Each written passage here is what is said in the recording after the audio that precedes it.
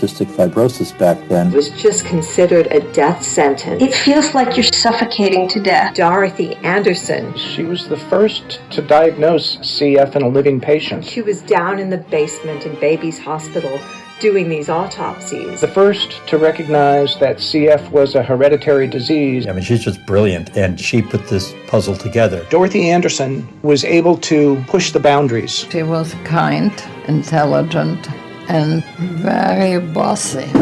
We're going down to the basement where my mother kept her medical files.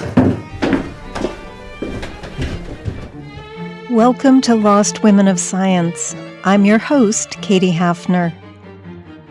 I've been writing about science and technology for decades, most of that time for the New York Times. Over the years, I interviewed Steve Jobs, Bill Gates, Jeff Bezos, Sergey Brin, and Larry Page. And come to think of it, even before Google existed, I interviewed the creators of the internet. But I can't think of a single woman who was a major figure in any of the stories I wrote. I don't remember it bothering me very much at the time. It just seemed normal.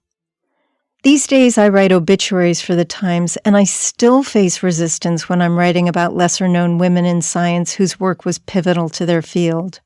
Which leads me to the central thesis of the Lost Women of Science podcast. For every Marie Curie whose story has been told, there are dozens more tales of innovation and just plain genius problem-solving done by great female scientists who swam against the current. Lost Women of Science will be exploring what they did, how they lived, and what happened. How did their stories get lost? It's something that played out in my own family. Both my grandparents on my mother's side were scientists. My grandfather, Gerald Zacharias, was a well-known atomic physicist at MIT who invented the atomic clock and worked on the Manhattan Project and also changed the way physics was taught in schools. My grandmother, Leona Zacharias, was an accomplished biologist who got her PhD from Columbia University in 1937. But the professional fanfare I remember was around him, his achievements, his accolades. Her work, it never really came up. The women we'll be talking about in Lost Women of Science have achieved something significant, even groundbreaking. Yet we barely know anything about their role in the advancements of science. This goes well beyond being disappointing. It's tragic. It speaks to just how indifferent society has been to what women can do, and more importantly, what they have done. The omission of key scientists from our collective memory needs to be fixed. At Lost Women of Science, we're revisiting the historical record, one extraordinary scientist at a time. We're calling this first season The Pathologist in the Basement, and we'll be shining a light on Dr. Dorothy Andersen. She was a physician and pathologist whose brilliant and dogged detective work in the 1930s led her to solve a medical mystery. And that mystery was this. What was the real nature of cystic fibrosis, a devastating illness that was killing young children and had been routinely misdiagnosed for years and years?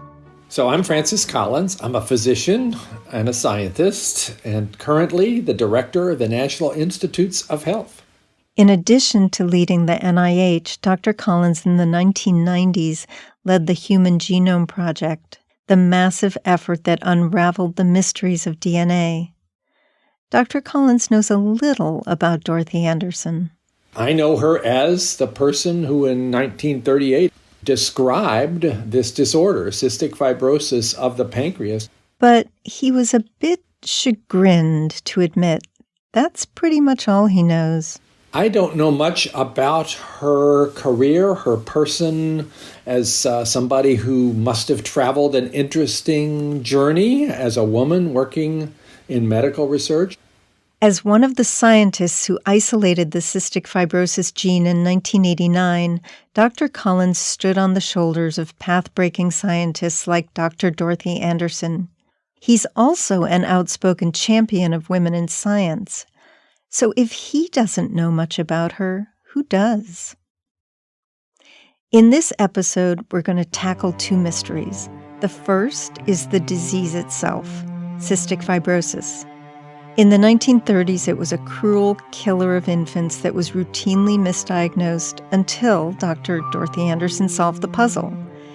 And then we'll turn to the mystery of Dorothy Andersen herself, an ingenious medical sleuth who left behind very few clues for those of us trying to understand what made her tick. Dorothy Andersen stood out. She was one of the very few women working as a physician in the first half of the 20th century. In the 30s, women made up only 5% of practicing physicians, so she was a rarity. That's Bijal Trivedi, a science journalist whose book Breath from Salt describes the history of cystic fibrosis. Dorothy Andersen had always wanted to practice medicine. She was a determined woman, and she wanted to have a career and settled for becoming a pathologist. At the time, there were few options for women with medical degrees. Many hospitals wouldn't hire women, and even if they did, women usually got pigeonholed to specialties like gynecology or psychiatry. In those days, men and women alike often objected to being seen by female physicians, which also led many women to pathology, where doctors rarely interacted with patients. Pathologists study the nature and cause of disease, and in the 1930s, one of the only ways to investigate how disease ravaged the body was through autopsies. That's how it came to pass, one day in 1935, that Dr. Dorothy Andersen stood at a stainless steel table in the basement of Columbia's Babies Hospital in Washington Heights. Her task was indescribably tragic, but she was all business as she set upon it, to dissect the organs of yet another child who had died. This child was a 3-year-old girl. The girl had come into the hospital a year before. And she looked terrible. She had a distended belly, skinny limbs, foul, persistent diarrhea, and she had been diagnosed with celiac disease and sent home. But here she was a year later, and she was dead. And so Dorothy Andersen started doing this autopsy and slowly began to realize that this was not celiac disease. At the time, it was common for children with cystic fibrosis to be misdiagnosed with celiac disease. A lot of people are sensitive to gluten, and a subset of those people have full-blown celiac disease, an immune reaction to wheat and rye that inflames the intestine and can cause severe GI symptoms. This inflammation is also a symptom of cystic fibrosis. Of course, these are two very different diseases with very different treatments and outcomes. But at the time, the misdiagnosis was understandable. And there were two reasons for it. First, they had the GI symptoms in common, that was number one. And number two, frequent pneumonias and breathing problems were misattributed to the malnutrition that accompanies celiac disease instead of a problem with the lungs. So as Dorothy Andersen began examining the organs of the 3-year-old child, she realized that there were a lot of differences. And the most profound differences were in the lungs. And as she started to look into the airways of the lungs, she saw that they were plugged full of mucus, thick, sticky, green mucus. But when she cut into the pancreas, she could barely get the scalpel in. And when she sort of tried to cut, she heard a scraping sound, as if she were cutting through grit or sand. All she could see was this fibrous, tough material completely enveloping the whole gland. So, she knew that this was something very, very different. With Dorothy Andersen's description of the actual entity of CF, it became clear that it was multi-system. That's Dr. William Skatch, the outgoing Chief Scientific Officer of the Cystic Fibrosis Foundation. It did not just affect the lungs or the pancreas, but affected multiple tissues. To understand just how cystic fibrosis affects multiple systems, we need to take a brief medical excursion into the body, and specifically, its tubes. Bear with me. One of the miracles of our construction is that we're filled with tubes, conduits that move stuff from one place to another. Perhaps the most familiar ones are blood vessels, an intricate, arborized network of miles of tubes that circulate blood.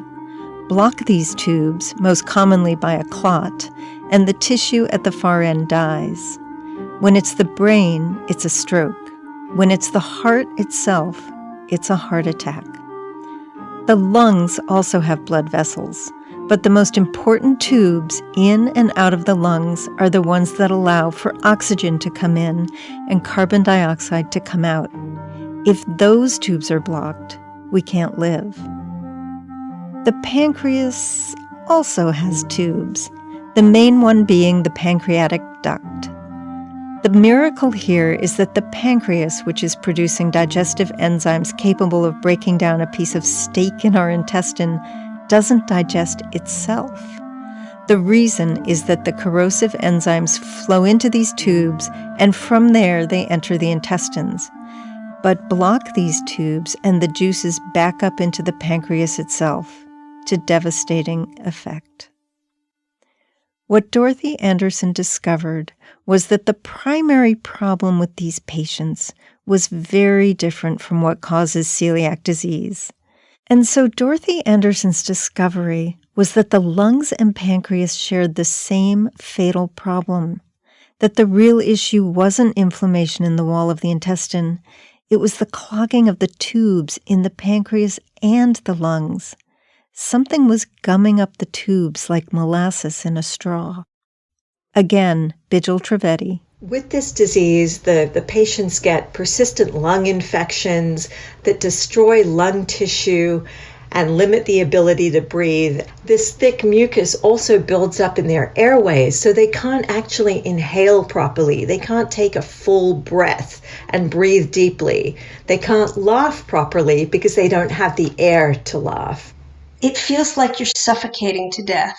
And at the point before my first lung transplant, I couldn't even walk across the room, even on oxygen, without gasping and feeling like I was going to throw up because it took so much effort. That was Sarah Kaminsky, who's 50 now, describing what it's like to have cystic fibrosis. Next is Mallory Woodruff, who's in her mid-30s. I started getting winded a lot easier. I started producing more mucus, coughing up plugs. The plugs started getting thicker, greener, yuckier. And then by the time I was in college, it was really hard to get to class, honestly. All of the other CF patients that I met during my childhood and young adulthood, by the time I was in my mid-20s, early 30s, all of them had passed away. In the 1970s and 80s, when Sarah and Mallory were born, CF patients rarely lived past their teens. But the prospects are improving. Today, the life expectancy for CF patients is around 50, and a breakthrough drug called Trikafta was approved by the FDA just 2 years ago. It's very expensive, but Trikafta promises to dramatically improve this prognosis and the patient's quality of life. Dorothy Andersen wasn't setting out to identify an entirely different disease, but she kept an open mind, open enough to process surprising findings and consider the possibility that the medical community's prior understanding was just plain wrong. Well, I have Dorothy Andersen's papers right here on my desk. In fact, I keep them in a bag that I bring back and forth to work pretty much all the time. That's Brian O'Sullivan, a pediatric pulmonologist who teaches at the Geisel School of Medicine at Dartmouth. And the first is one from the American Journal of Diseases of Childhood in 1938. And its title is Cystic Fibrosis of the Pancreas and Its Relation to Celiac Disease, a Clinical and Pathological Study by Dorothy H. Andersen, MD, New York. I first came across Dr. O'Sullivan's name when he was quoted in a 2014 article in The Lancet, one of the most popular medical journals. The article was a brief biographical sketch of Dr. Andersen.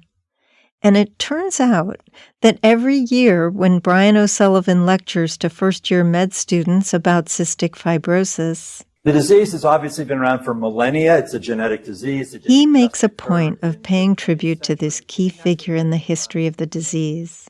I want to take a minute to call out Dorothy Andersen. This is a woman who, in the 1920s, late 20s, early 30s, when she was going to medical school, there weren't a lot of women in medical school.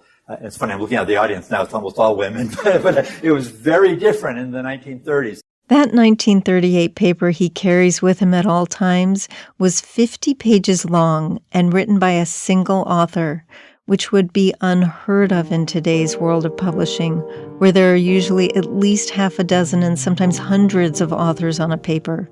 There's the old saying, luck favors the prepared mind. The luck was that she was in a position where she saw some children, unfortunately, who had died of this problem. The prepared mind is Dorothy. I mean, she's just brilliant, and she put this puzzle together.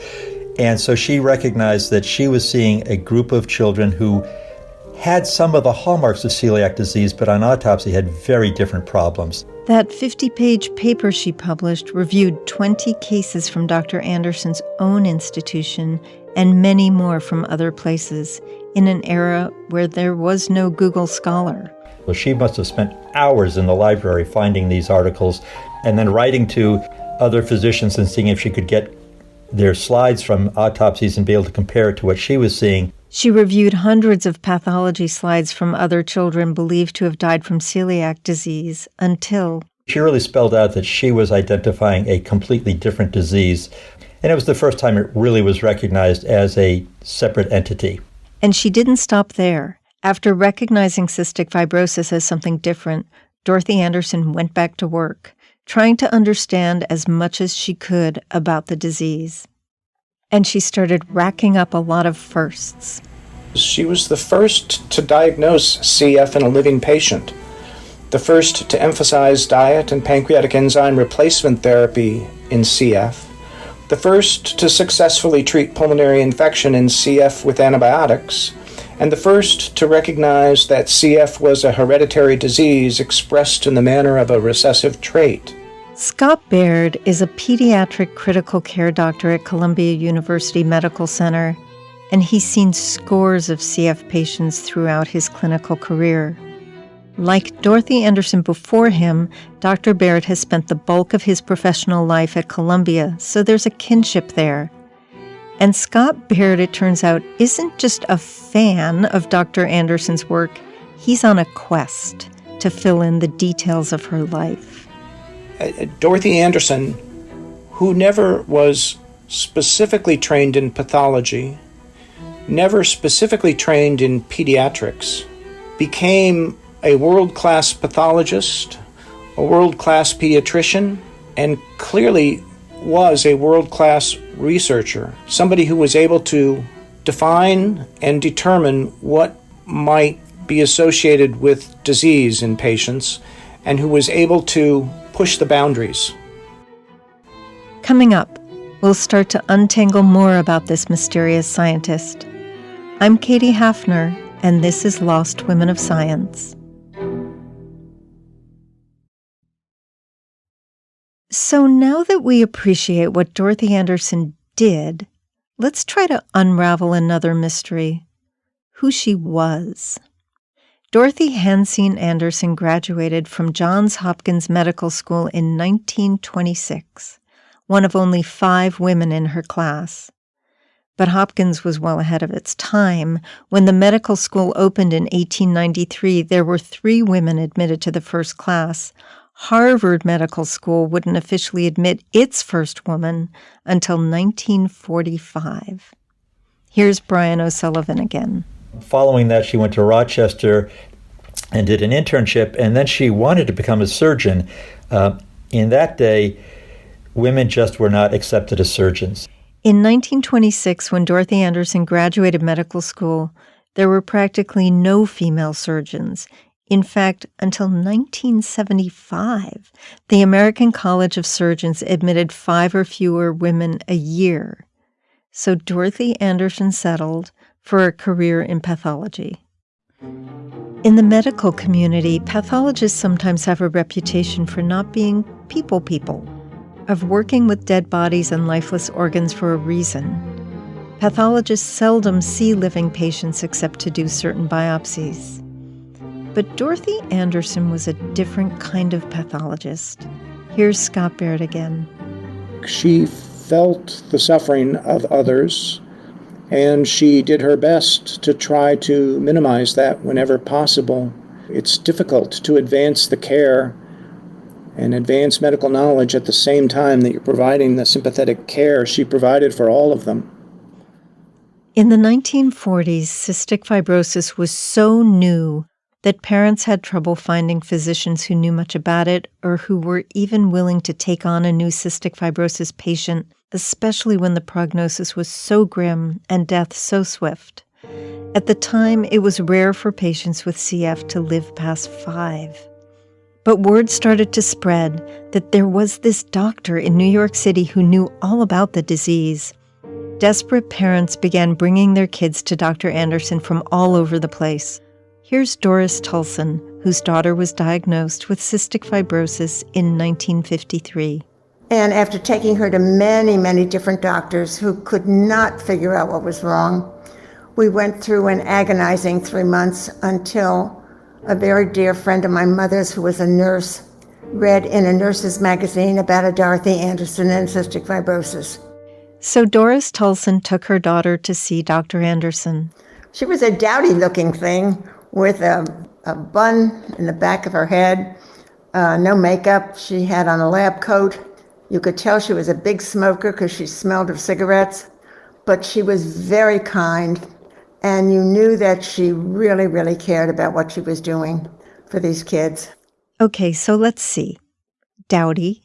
By the way, I can't think of a single time I heard a man described as dowdy.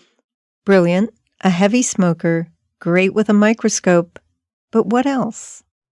We knew she'd grown up in North Carolina and Vermont, and she'd been orphaned as a teen. She never married and dedicated her life to her work.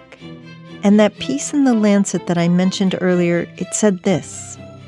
She described herself as a, quote, rugged individualist. And I knew she earned her bachelor's degree in chemistry and zoology at Mount Holyoke College, a women's college in South Hadley, Massachusetts. My name is Leslie Fields, and I am the head of archives and special collections at Mount Holyoke College. The school keeps biographical files on many of its graduates, organized by graduating year. Dorothy Andersen entered Mount Holyoke in 1918, the year the Spanish flu pandemic hit the country, and she graduated in 1922, not even 2 years after women got the right to vote. So some students and alums might simply have a single kind of biographical sheet that has a little bit of factual information about them, and others might have 50 boxes of correspondence.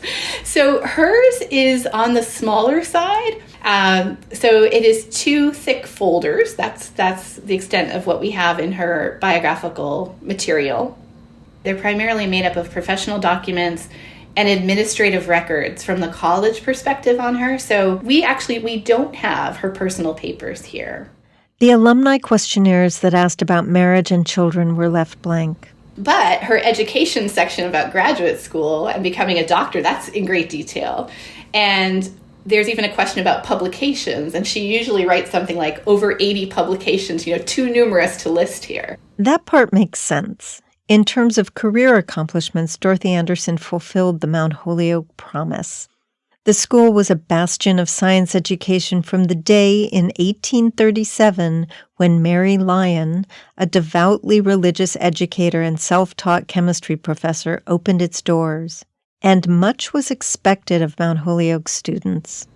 There is an expectation by Mary Woolley, who was the president when Dorothy Andersen was a student, that they are going to do something with their lives. They are going to serve the world in some way. Helping others in some way was a real focus of the college community at that time. And then they're sort of launched into the world, and I think for some of them, it looks like that was hard because because maybe the world wasn't quite ready to accept them as professional women in some ways. And so maybe their real options might have been more limited. I couldn't go to Mount Holyoke in person because of COVID. So as I'm perusing the 80-page PDF that Leslie Field's colleague has sent, something catches my eye. It's a questionnaire Dorothy Andersen filled out in 1944. There, in the middle of the back page, is this question: name and address of person most likely always to know your whereabouts. Dorothy Andersen put a question mark. Here's this woman 43 years into her life, and when asked, who will always know where you are, she didn't have an answer. And it gets me to wondering, what does it mean to live a life filled with accomplishments and not be able to answer that basic question? Who is going to preserve the memory of what you've done and who you were? I think this is how large pieces of a life go missing. They slip through the cracks of history and they're lost. It means that big swaths of your life may be punctuated with a question mark. Most of Dorothy Andersen's colleagues have died, but there is one. Can you put these down and we go and pick up Dr. Andersen and put her here on the table? Oh, the photo? Yeah. Yeah, let's go. Let's go find the photo. The people you'll be hearing are Sophie McNulty, who's our associate producer, Michelle Ores, and her mother. My name is Celia Ores. I was born in Poland in the town of Dubienka, and we were forced to leave our homes when Hitler came to our home. Dr. Ores eventually made her way to the United States, and she went on to be a prominent pediatrician herself. She's in her 90s now, and she worked with Dorothy Andersen at Baby's Hospital in the early 1960s. Celia Ores completely revered Dr. Andersen, and it turns out that she even keeps a framed photograph of Dr. Andersen on a shelf right next to her bed. I have it here, Mom. Michelle has them. Oh, okay. I have the two photos. I have the one of Dorothy and the one of you in Switzerland in medical school. It's, this is in the country she was. This photograph? She had a country home and students were invited for groups. It's a huge forest and with family. The black and white photograph was taken in the early 1960s, just a year or so before Dr. Andersen died. She looks tough, as many people say she was, but also kind. The photo stayed on the table during the interview with Dr. Ores, and once in a while she was talking, she would glance over at it. She was my supporter there. No man could come to me while she was alive and there and tell me any negative thing because they would be killed by her. So she was my protector and my guide. And she gave me the courage to do a lot of things. Dr. Ores stopped practicing medicine more than a decade ago, and her daughter Michelle has her mother's papers stored in her basement in Connecticut. We're going down to the basement where my mother kept her medical funds. At first, it looks like we've hit a dead end. It looks like most of these are just from her private practice and her continuing work at Columbia. That's Sophie again. She's gone to Connecticut to look through Dr. Ores' boxes. I'll let you know if I find anything. Then, a discovery. Okay, I think I hit the jackpot. I just found 2 folders titled Dorothy Andersen. In our next episode of Lost Women of Science, we'll dig through the boxes and see what we can find. This has been Lost Women of Science. Thanks to everyone who made this initiative happen, including my co-executive producer Amy Scharf, senior producer Tracy Wall, associate producer Sophie McNulty, composer Elizabeth Yunin, and technical director Abdullah Rufus. We're grateful to Jane Grogan, Mike Fung, Susan Kerr, Scott Baird, Brian McTeer, Allison Gwynn, Bob Wachter, Nora Matheson, Robin Lynn, Matt Engel, Kathy Bennett Warner, Maria Clave, Jeannie Stivers, Nicolene McCarley, Bijal Trivedi, and our interns, Kylie Tonganan, Baze Hohen, and Ella Zaslow. Thanks also to the Mount Holyoke Archives for helping with our search, to Paula Goodwin, Nicole Schilling, and the rest of the legal team at Perkins Coie, and to Harvey Mudd College, a leader in exemplary STEM education.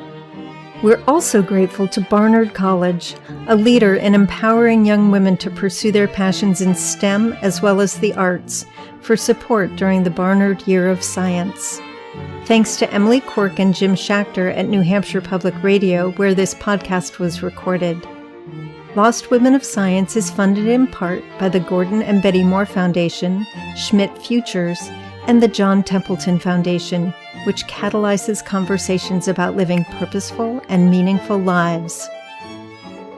This podcast is distributed by PRX and published in partnership with Scientific American. Thank you so much for listening. I'm Katie Hafner. From PRX.